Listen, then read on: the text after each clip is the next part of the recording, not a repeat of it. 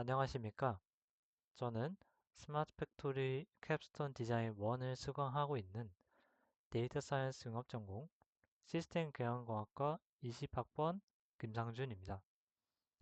오늘 제가 리뷰하고 싶은 논문은 Towards Total Recall in Industrial Anomaly Detection입니다. 이 논문은 IEEE랑 CVF Conference on Computer Vision and Pattern Recognition CVPR이라고 불리는 이 유명한 곳에서 게재가 되었고 2022년 5월에 승인이 되어서 논문이 출간이 되었습니다. 이 논문이 패치코어라고 하는 어떤 구조를 가지고 이상 탐지를 해서 좋은 성능을 내었는데 이제 이 패치코어라고 하는 것이 현재 아노멀리 디텍션 분야에서 굉장히 좋은 일반 성능을 내고 있다고 알려져 있습니다. 저희 팀의 주제가 스마트 제조와 이상 탐지이기도 하고 펠스코어 역시 제조 데이터셋과 이상 탐지 방법을 다루고 있기 때문에 이 논문을 선정을 하게 되었습니다. 그래서 이 논문에 들어있는 펠스코어를 리뷰하고자 합니다. 이 컨텐츠에서는 인트로덕션, 메소드, 익스페리먼스, 컨클루전으로 이루어져 있습니다. 먼저 인트로덕션입니다. 패치코어에 대해서 알아보기 전에 우선은 어노말리 디텍션이 무엇인지 알아보도록 하겠습니다. 어노말리라고 하는 것은 비정상을 의미합니다. 그래서 어노말리 디텍션이라고 하는 것은 이 비정상을 찾아내는 것을 의미를 하게 됩니다. 딥러닝 측면에서 본다면 정상 데이터를 가진 정상 데이터와 비정상 데이터가 있는데 이 정상 데이터와 다른 패턴을 가지고 있는 이상 데이터를 탐지하는 그런 태스크가 바로 Anomaly Detection이라고 부를 수 있습니다. 그래서 이 Anomaly Detection의 경우에는 제조업, CCTV, 그다음에 의료 영상 등등 다양한 도메인에서 Anomaly Detection이 활용이 되고 있습니다. Anomaly Detection은 크게 세 가지 종류로 나눌 수 있습니다. 먼저 Supervised Anomaly Detection에 대해서 소개를 하도록 하겠습니다. 이 Supervised라고 하는 것이 이 X와 Y가 주어져 있고 그것에 대해서 관계를 찾는 것이 Supervised인데 이 Supervised Anomaly Detection의 경우에는 실제로 학습을 할 때 정상과 비정상의 라벨링이 전부 다 존재하는 경우를 의미합니다. 이때 정상과 비정상의 라벨링이 전부 다 들어가 있기 때문에 어떤 어노멀 디텍션을 위한 모델을 사용했을 때 학습하기는 굉장히 용이합니다. 그렇지만 데이터 임밸런스 프로블럼이 존재합니다. 이 데이터 임밸런스 프로블럼이라고 하는 것이 무엇이냐? 정상 데이터와 비정상 데이터의 비율에 따라서 학습 및 평가를 할 때 성능이 떨어질 수도 있다라는 문제가 발생하게 됩니다. 어, 모델의 경우 정상 데이터 위주로 학습을 하게 되면은 트레이닝을 끝내고 테스트를 할 때 아무래도 정상 데이터가 더 많이 학습이 되어 있다 보니까 비정상 데이터가 들어왔음에도 불구하고 높은 확률로 정상 이미지라고 판별하기 쉽기 때문입니다. 그렇다 보니 반대의 경우에도 비정상 데이터가 많은 경우에는 모든 이미지에 대해서 거의 비정상으로 탐지를 하는 경우가 있습니다.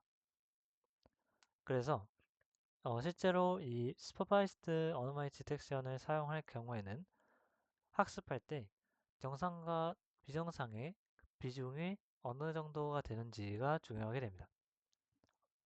다음으로 Semi-Supervised Anomaly Detection의 경우에는 정상 샘플만을 이용해서 모델을 학습하는 것을 말합니다. 그러나 이 방법의 경우에는 비정상 데이터를 확보를 하는데 시간과 그 비용이 굉장히 많이 듭니다. 그 이유는 어, 어느 경우에서든 이 오차율 자체는 굉장히 적은 편입니다.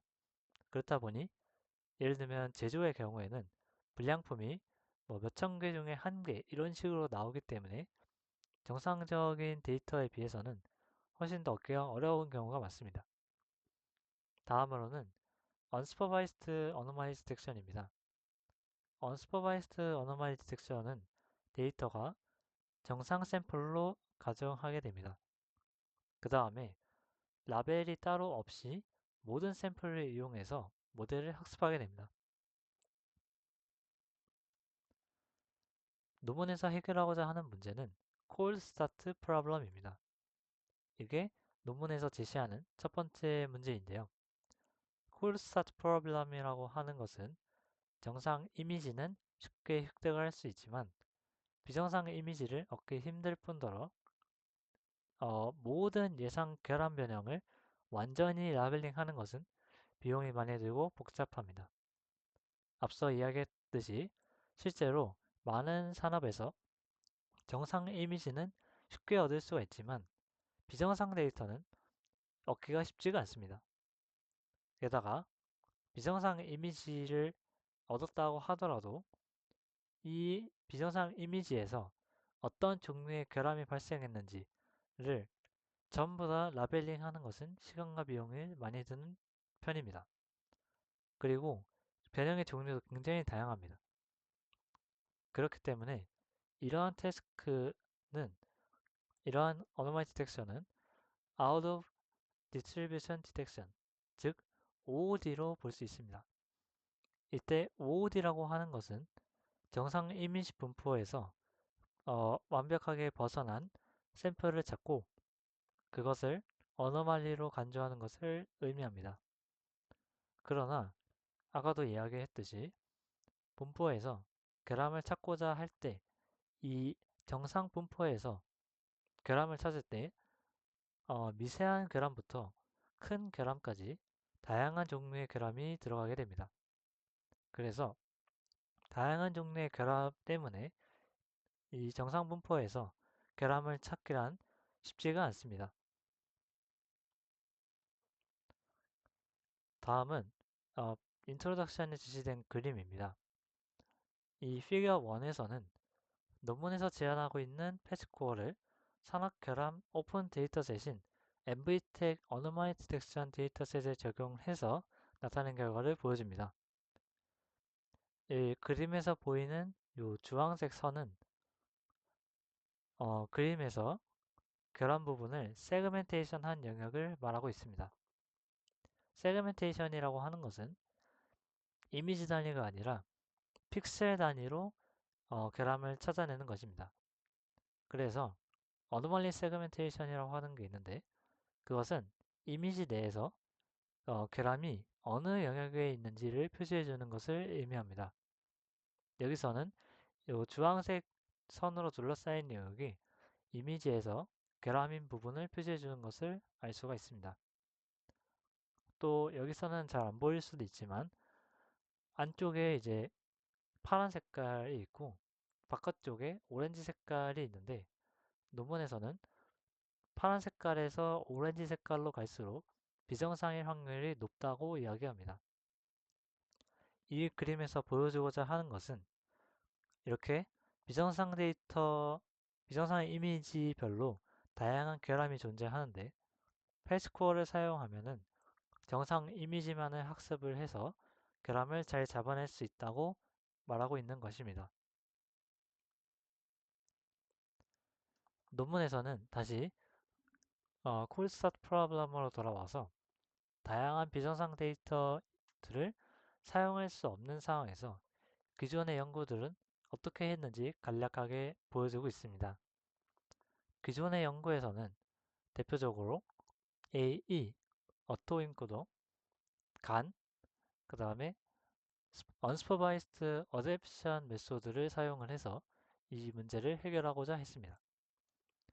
이 메소드를 제외하고 논문에서는 이미지넷에서 학습이 된 공통적인 딥 리프레젠테이션을 뽑아내서 타겟에 대한 어댑션 없이 이 레프레젠테이션을 그대로 사용을 해서 성능을 높였다라고 이야기하고 있습니다. 기존의 연구에서 이러한 방법들은 특화하는 과정이 따로 존재하지 않는데도 불구하고 결함의 공간적 위치 같은 것들도 잘 파악하는 결과를 보여주었습니다. 이러한 모델들은 테스트 샘플과 정상 샘플 사이의 특징 매칭을 잘 이용을 합니다. 이때 딥러닝 모델의 다중 해상도 특징 표현, 영어로는 Multi Scale Feature Representation 이라고 말하는데 이것을 잘 이용을 합니다. 이러한 표현에서는 미세하고 정교한 결함 분할은 고해상도의 특징으로 다뤄지고 구조적인 이상이나 전체 이미지 수준에서의 이상 탐지는 좀 더 추상적인 고수준 특징으로 다뤄집니다.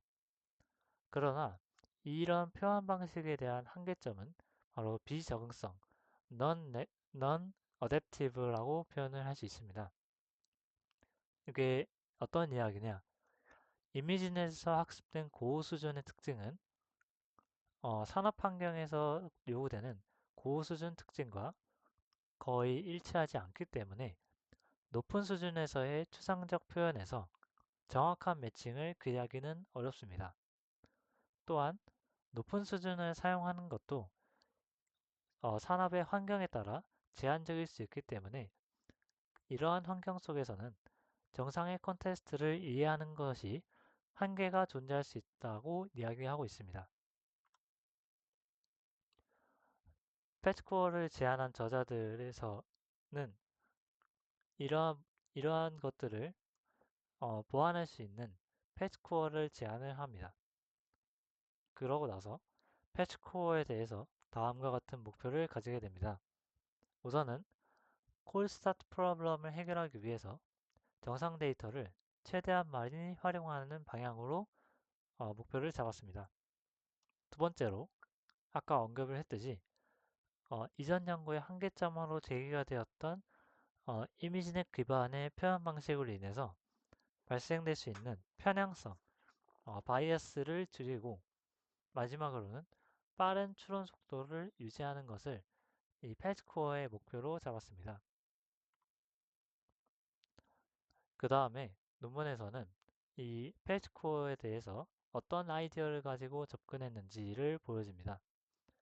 간략하게 보여드리면 우선은 특정 패치만 어노말리로 구분될 경우 바로 그 해당 이미지를 비정상 데이터로 구분할 수 있다는 점에서 패치코어는 로컬리하게 합쳐진 미드레벨 피처 패치들을 이용을 해서 어노말리 디텍션을 수행하게 됩니다.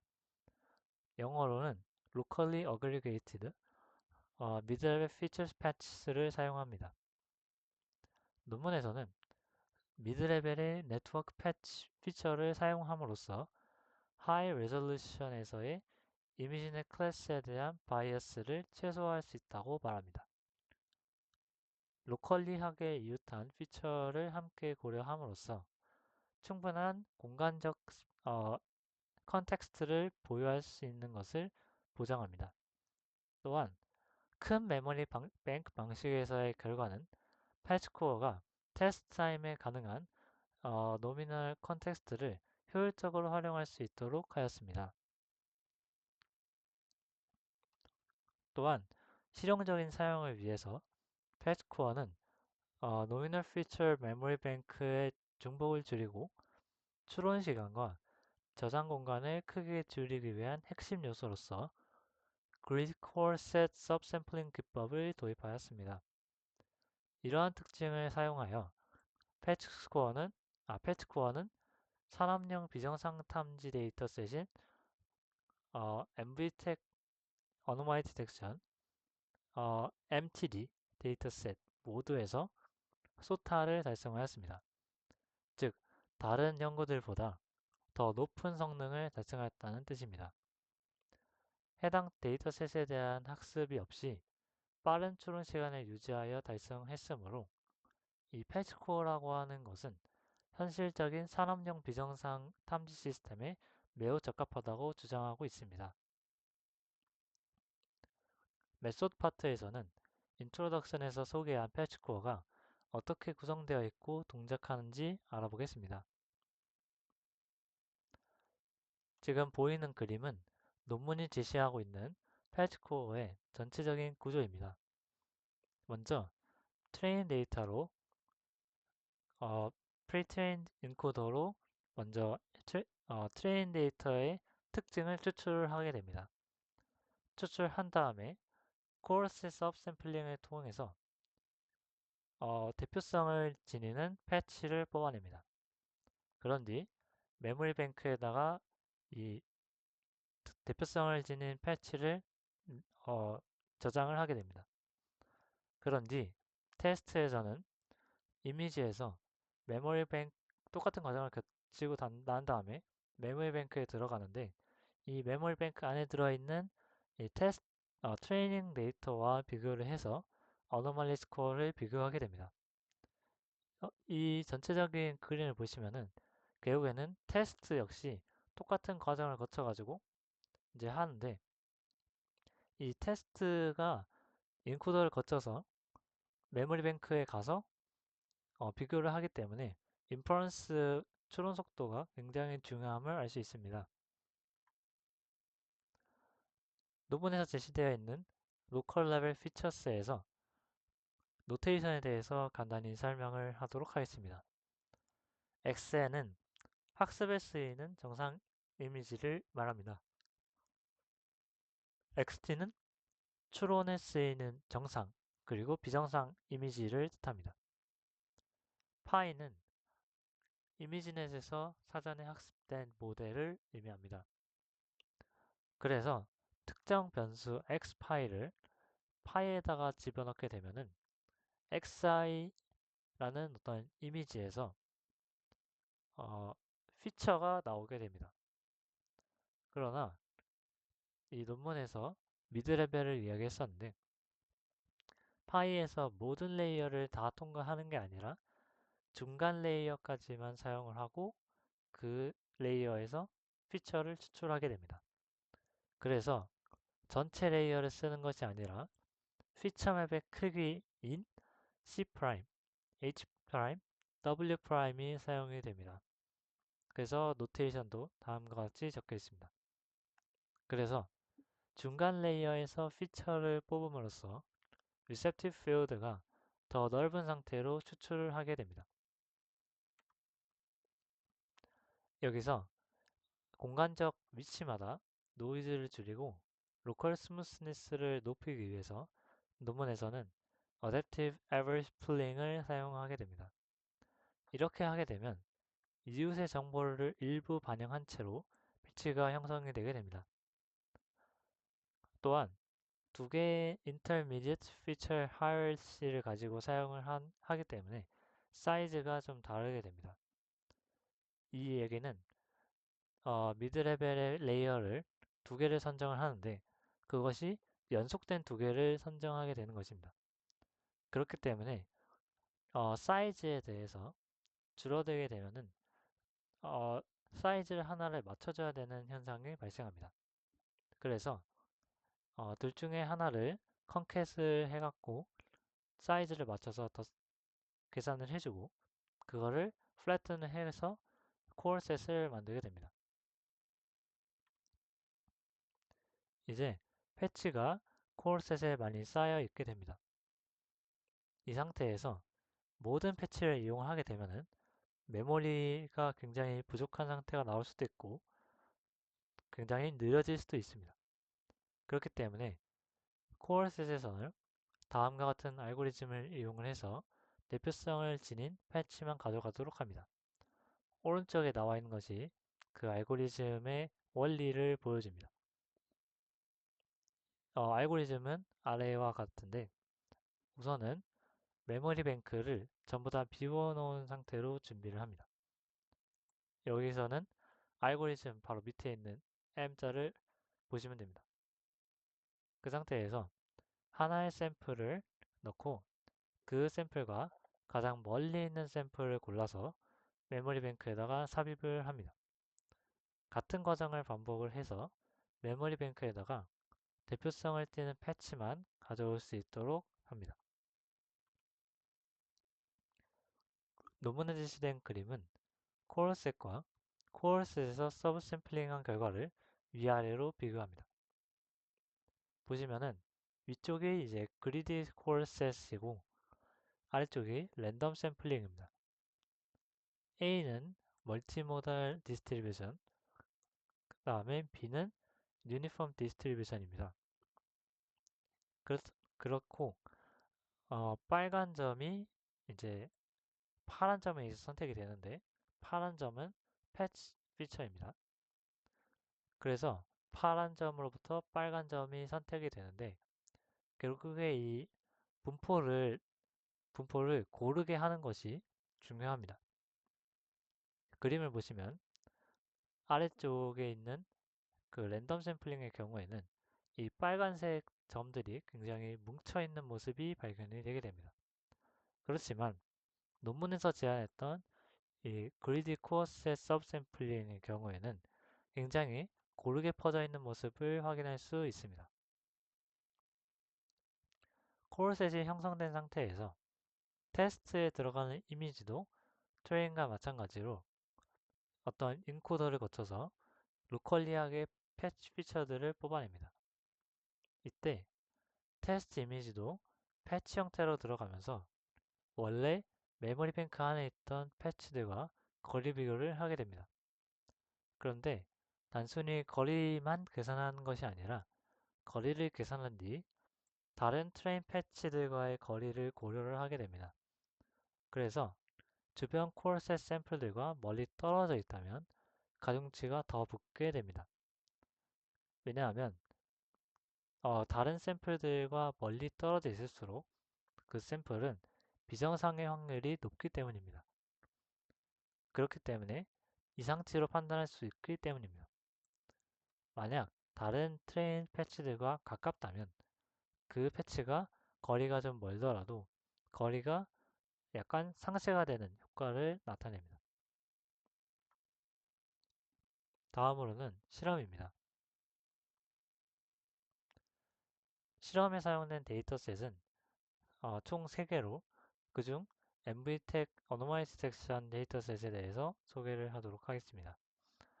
논문에서 사용한 MVTech Anomaly Detection 데이터셋은 총 15개의 하이 데이터셋으로 구성이 되어 있고 총 5,354장, 테스트 이미지는 그 중에서 1,725장입니다.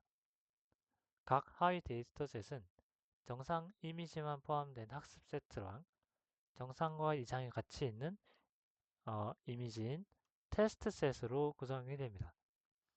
각 데이터셋은 Product Specific, 즉 제품 단위로 구성이 되며 다양한 결합 유형과 GT 세그멘테이션 마스크를 포함합니다. 이때 GT 세그멘테이션 마스크는 인트로덕션 때 언급했던 세그멘테이션, 즉 영역을 찾는 데 필요한 정답 데이터셋을 포함한다는 것을 의미합니다. 이미지 크기는 256 by 256으로 조정을 한 다음에 224 by 224로 센터 크롭을 하게 됩니다. 이렇게 전처리를 마치고 데이터 어그멘테이션은 사용하지 않았다고 합니다. 그 이유가 어떤 이미지가 정상인지 알아야 된다고 하고 있습니다. 논문에서 제시한 이유입니다. 다음은 두 번째 셋인 MTD입니다. Magnetic Tile Defects인데요. 총 이미지 수가 925장, 테스트 이미지 수가 392장입니다. 논문에서는 콜드 스타트를 적용했다고 말하고 있는데 콜드 스타트를 적용했다는 말은 이상에 대한 라벨링을 따로 활용하지 않았다는 것을 의미합니다. 다양한 조명 조건과 해상도를 포함합니다. 다음으로는 패치코어에서 사용한 데이터셋인 MSTC, 미니 상하이 텍 캠퍼스에서 아, 촬영한 것들을 의미하는데요. 얘는 데이터셋이 산업이 아닌 분야의 데이터입니다. 비디오 프레임에서 만든 것인데 학습과 테스트 영상 프레임의 5장 중 한 장만 사용하였습니다. 서로 다른 12개의 장면들이 포함이 되어 있고 학습 데이터는 정상 보행자 행동만 포함을 합니다. 테스트 데이터는 비정상 행동도 포함됩니다. 전처리를 보면은 256 by 256으로 크기를 조정하였습니다. 얘 역시 콜드 스타트를 적용을 해서 비정상에 대한 라벨을 사용하지 않았습니다. 평가 지표는 크게 2가지 정도로 나뉩니다. 먼저 이미지 단위에서 이상 탐지를 평가할 때는 AUROC를 사용합니다. 각 이미지에 계산된 어노멀리 스코어를 가지고 이상 여부를 판단합니다. 클래스가 여러 개인 경우에 MVTech AD 데이터셋은 클래스별로 어노멀리 스코어를 구해서 판단을 한 다음에 평균을 매기게 됩니다. 세그멘테이션 퍼포먼스를 계산을 할 때는 픽셀 단위의 AURC를 계산을 하고 그리고 프로 스코어를 계산을 합니다. 이 두 개를 평가 지표로 사용하는데 픽셀 와이즈의 경우에는 이미지의 각 픽셀별로 AURC를 계산합니다. 프로의 경우에는 연결된 결합 영역 단위로 이상 예측을 평가하게 됩니다. 다음은 이제 결과인데요. 결과를 보면은 MVTech Age 데이터셋에서는 다른 모델들, 스페이드나 패치 SPDD, 패딤 이런 애들보다 패치코어가 성능이 더 좋은 것을 확인하실 수 있습니다. 다음은 SDC, MTD 데이터셋에 대한 실험 결과입니다. 보시면은 이 픽셀와이즈 AURC랑 그냥 AURC 결과가 제시가 되어 있는데 패치코어가 앞에 나와 있는 기존 모델인 뭐 간노말리, 1NN, 디퍼넷, 뭐 CAVGAR, 스페이드, 패딘보다 더 좋은 성능을 가지는 것을 확인할 수 있습니다. 논문에서는 이 그림도 같이 제시를 하고 있는데요. 위 그림은 MVTech AD 학습 데이터의 비율, 개수에 따른 성능을 비교한 표입니다. 가장 왼쪽은 패딤, 패치코어 10, 스페이드의 디텍션 AURC 성능에 대한 그래프입니다. 가운데는 세그멘테이션 AURC 성능을, 오른쪽은 세그멘테이션 프로 성능을 나타낸 그래프입니다. 생각해보면 패치코어에서 코어셋 샘플링을 할 때 코어셋 샘플링이라는 게 결국에는 대표성을 지닌 패치만 가져가는데 그 자체가 로우샷 세팅이라고 할 수 있습니다. 학습 데이터 전체 중에서 대표성 있는 일부만 선택해 사용하는 방법이기 때문에 로우샷 실험에서도 강한 모습을 보여줍니다. 그래프를 보시면은 모든 항목에서 다른 모델들보다 좋은 성능을 내는 것을 확인할 수 있습니다. 제가 했던 실험의 경우에는 논문을 구현하는 데 목적을 두었고 실행 환경은 구글 콜랩입니다. 어노멀 데이터셋 중에 3개의 클래스에 대해서 하려고 했는데 이제 추가적인 클래스들을 더 했습니다. 결과는 페이퍼를 임플레멘테이션 했을 때 5개의 클래스에 대해서 얼추 비슷비슷하게 나온 것을 확인할 수가 있습니다. 결론입니다. 패치코어는 코어셋 샘플링 방식을 적용을 해서 패치코어에서 패치 피처들을 샘플링합니다. 이렇게 구성된 코어셋 패치 피처에 대해서 비교를 해서 어노멀리 스코어를 특정을 합니다. 코어셋 샘플링은 KNN 방식의 단점인 느린 속도를 개선해주는 효과를 보였습니다. 그렇게 하는 것이 패치코어의 아이디어고 이러한 패치코어는 MVTech 데이터셋, MSTC 데이터셋, MTD 데이터셋에서 기존 방법들 대비 가장 우수한 성능을 보였을 뿐만 아니라 로우샷 세팅에서도 강한 모습을 보였습니다. 이상으로 발표를 마치도록 하겠습니다. 감사합니다.